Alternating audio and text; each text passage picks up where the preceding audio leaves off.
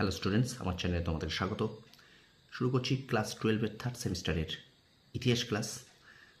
যারা উচ্চ মাধ্যমিক পরীক্ষা দেবে এবছর অর্থাৎ 2026 সালে, তাদের জন্য থার্ড সেমিস্টারের ইতিহাস ক্লাস শুরু করছি। প্রথম থেকে শেষ পর্যন্ত ক্লাসগুলো দেখবে, একটু স্কিপ করবে না, আর অবশ্যই আমার চ্যানেলটা একটু বেশি করে শেয়ার করে দেবে।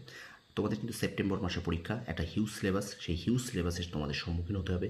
তাই তোমাদের যাতে কোনো অসুবিধা না হয়, আমি কিন্তু তোমাদেরকে টেক্সট ধরে ধরে পড়াবো প্রথমে, তারপরে প্রশ্ন আকারে বিভিন্ন কিন্তু প্রশ্ন তোমাদের করিয়ে দেবো। সুতরাং অবশ্যই প্রথম থেকে শেষ পর্যন্ত দেখবে ক্লাসটি, একটু স্কিপ করবে না।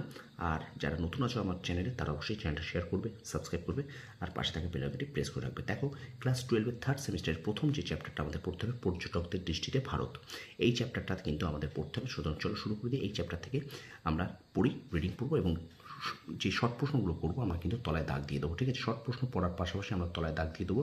আর আমি তলায় দাগ দেওয়া যে অংশগুলো পড়বো সেগুলো তোমরা কিন্তু অবশ্যই খাতায় তুলে নেবে। দেখো শুরু করি। পর্যটকদের দৃষ্টিতে ভারত বলছে, ভূমিকা। ভারতের সমাজ, সংস্কৃতি, রাজনীতি ইত্যাদি জানার জন্য বিদেশি পর্যটকদের বিবরণ এক অমূল্য সম্পদ। বাণিজ্য, ধর্মপ্রচার, রাষ্ট্রদূত, নতুন নতুন দেশ দেখার বাসনা ইত্যাদি নানা উদ্দেশ্য নিয়ে পর্যটকরা বিভিন্ন দেশে যান এবং দেশ ভ্রমণের সূত্রে তাঁরা এই সকল দেশের সমাজ ব্যবস্থা, সংস্কৃতি, রাজনীতি, শাসন ব্যবস্থা ইত্যাদি বিষয়ে অভিজ্ঞতা সঞ্চয় করেন। এই অভিজ্ঞতা তারা পত্রাকারে বা পুস্তকাকারে লিখে রাখেন। এই সকল বিবরণ পাঠ করে ইতিহাসের তথ্য সংগ্রহ করা যায়। প্রাচীনকাল থেকেই প্রাচীনকাল থেকে বহু পর্যটক ভারতে এসেছেন এবং তাদের অভিজ্ঞতা লিপিবদ্ধ করেছেন।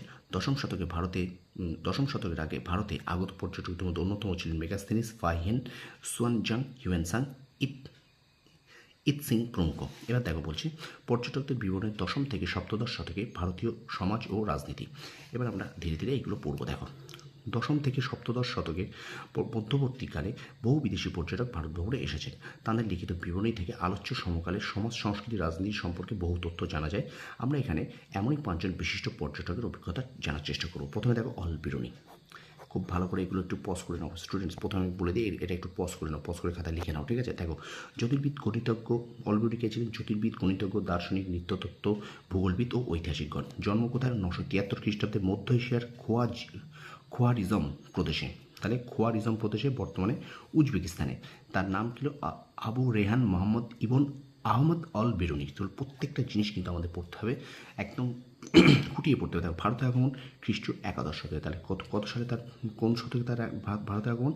না, খ্রিস্টীয় 11 শতকে। উল্লেখযোগ্য গ্রন্থ কিতাব উল হিন্দ, তাহকাক ই হিন্দ। খুব সুন্দর, খুব, বা তাহকাক হিন্দ। ঠিক আছে, তাহলে তার উল্লেখযোগ্য গ্রন্থ দুটির নাম কি? কিতাব উল হিন্দ এবং তাহকাক ই হিন্দ কিন্তু তার উল্লেখযোগ্য গ্রন্থের নাম।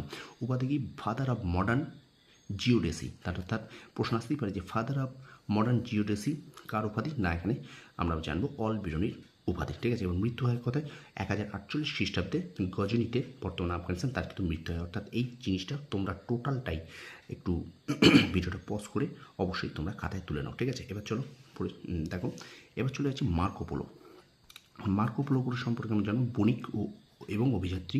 জন্ম 1254 খ্রিস্টাব্দে ইটালির ভেনিস শহরে। এটা তোমরা পরে দাগ দিয়ে নাও। ভারত আগমন খ্রিস্টীয় ত্রয়োদশ শতকের শেষ ভাগে। উল্লেখযোগ্য গ্রন্থ হলো দ্য মিলিয়ন। ঠিক আছে, দ্য মিলিয়ন বা মিলিয়ন। ঠিক আছে, এবং দ্য ট্রাভেলস অফ মার্কোপোলো। তাহলে এখান থেকে এই দ্য ট্রাভেলস অফ মার্কোপোলো গ্রন্থটি কার লেখা? তাহলে মার্কোপোলোর লেখা। বা দ্য মিলিয়ন বা এমনি মিলিয়ন গ্রন্থটি কার লেখা? এটা কিন্তু মার্কোপোলোর লেখা। ডাক নাম কি? মিলিওয়ান।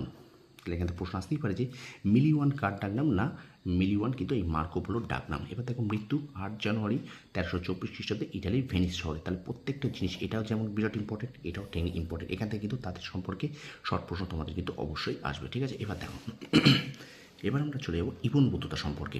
ইবন বতুতা সম্পর্কে বলছি, দেখো, পণ্ডিত এবং পর্যটক। জন্ম 1304 খ্রিস্টাব্দে মরক্কোর তানজিয়ার শহরে।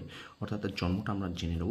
নাম কি? Abu Abdullah Mohammad Ibn Battuta. ঠিক আছে, ভারতে আগমন খ্রিস্টীয় 14 শতকে। এটা আমরা জানবো, খ্রিস্টীয় 14 শতকে কিন্তু তার জন্ম, অর্থাৎ ইবন বতুতার। উল্লেখযোগ্য গ্রন্থ কি? কিতাব উল রিহলা। ভীষণ ইম্পর্টেন্ট, কিতাব উল রিহলা কিন্তু ইবন বতুতার উল্লেখযোগ্য একটি গ্রন্থের নাম। উপাধি তার কি ছিল? The Islamic Marco Polo, the Islamic Marco Polo বা দ্য ট্রাভেলার অফ ইসলাম। এই গ্রন্থটা, তার এই দুটো গ্রন্থ লেখা কিন্তু দ্য ইসলামিক মার্কোপোলো বা দ্য ট্রাভেলার অফ ইসলাম। এইটি কিন্তু দ্য ইবন বতুতার গ্রন্থের নাম। এবং মৃত্যু তার কত হয়েছিল? 1369 খ্রিস্টাব্দে বা 1377 মতান্তরে আছে, মরক্কোর তানজিয়ার শহরে। এটা কিন্তু আমরা অবশ্যই, তোমরা এখান থেকে এগুলো তোমরা একটুখানি খাতায় নোট করে নাও, ঠিক আছে। এবার দেখো আব্দুর রাজ্জাক বলছে বিশিষ্ট পণ্ডিত এবং পর্যটক, জন্ম 7 নভেম্বর 1413 খ্রিস্টাব্দে পারস্যের হিরাট শহরে, বর্তমান আফগানিস্তান অন্তর্ভুক্ত। সম্পূর্ণ নাম কামাল উদ্দিন আব্দুর রাজ্জাক ইবন ইশাক সামরকান্দি। ভারত আগমন 1442 খ্রিস্টাব্দে। উল্লেখযোগ্য গ্রন্থ মাতলা উস সাদাইন ওয়া মাজমা উল বাহরিন, এটা কিন্তু তার একটা উল্লেখযোগ্য গ্রন্থ। এবং মৃত্যু কত সালে? 1485 খ্রিস্টাব্দে আগস্ট মাসে হিরাটে হয়, ঠিক আছে। এটাও তোমরা একটু খাতায় নোট করো, এখান থেকে কিন্তু প্রশ্ন কিন্তু তোমরা অবশ্যই তোমরা পাবে, ঠিক আছে। তারপর দেখো ফ্রাঁসোয়া বার্নিয়ে, ফরাসি পর্যটক ও চিকিৎসক, জন্ম কোথায়? 25 সেপ্টেম্বর 1620 খ্রিস্টাব্দে ফ্রান্সের আজু প্রদেশে। ভারত আগমন 1568 খ্রিস্টাব্দের শেষে বা 1569 খ্রিস্টাব্দের গোড়ায়। উল্লেখযোগ্য গ্রন্থ travels in the Mughal empire, ঠিক আছে। Travels in the Mughal empire গ্রন্থটি কার লেখা? না, ফ্রাঁসোয়া বার্নিয়ের লেখা। এর উপাধি কী ছিল? পর্যটকদের যুবরাজ, এটা কিন্তু তার উপাধি। প্রদানকারী ফরাসি পর্যটক মোদাভের কাউন্ট, ঠিক আছে।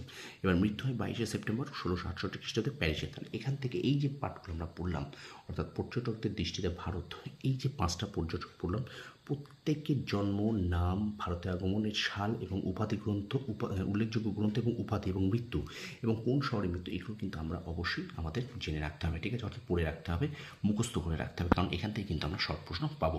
যেমন প্রশ্ন আসতেই পারে যে কার ডাকনাম মিলিওয়ান, মার্কো পোলোর ডাকনাম মিলিওয়ান। প্রশ্ন আসতেই পারে কিতাবুল হিন্দ গ্রন্থটি কার লেখা? অলবিনের লেখা। প্রশ্ন আসতেই পারে কিতাবুল রিহালা গ্রন্থটি কার লেখা? ইবন বতুতার লেখা, ঠিক আছে। তো স্টুডেন্টস, তোমরা প্রত্যেকে ভিডিওটা একটু শেয়ার করে দাও, আর এগুলোকে অবশ্যই খাতায় পজ করে লিখে নাও, তোমরা খাতায় নোট ডাউন করতে লাগো। একদম শুরুতে গুছিয়ে পড়ো, দেখবে তোমাদের কোনো অসুবিধা হবে না। 40-এ 40 তোমরা সব কটা তোমরা কিন্তু এমসিকিউ পারবে, ঠিক আছে। তো ভিডিওটা কেমন লাগলো অবশ্যই আমাকে কমেন্ট বক্সে কমেন্ট করে জানিও। আজকে তোমাদের ক্লাস 12-এর 3rd সেমিস্টারের ফার্স্ট ক্লাস আমি শেষ করলাম।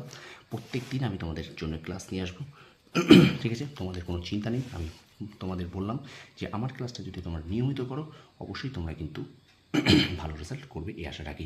ক্লাস 12-এর 3rd সেমিস্টারের ইতিহাস ক্লাস এখানে আজকের মতো প্রথম ক্লাসটি শেষ করছি। ভিডিওটা ভালো লাগলে অবশ্যই আমার চ্যানেলটা শেয়ার করো, সাবস্ক্রাইব করো, আর পাশে থাকা বেল আইকনটি প্রেস করে রাখো। তোমরা সকলেও তোমাদের সাফল্য কামনা করি। ধন্যবাদ।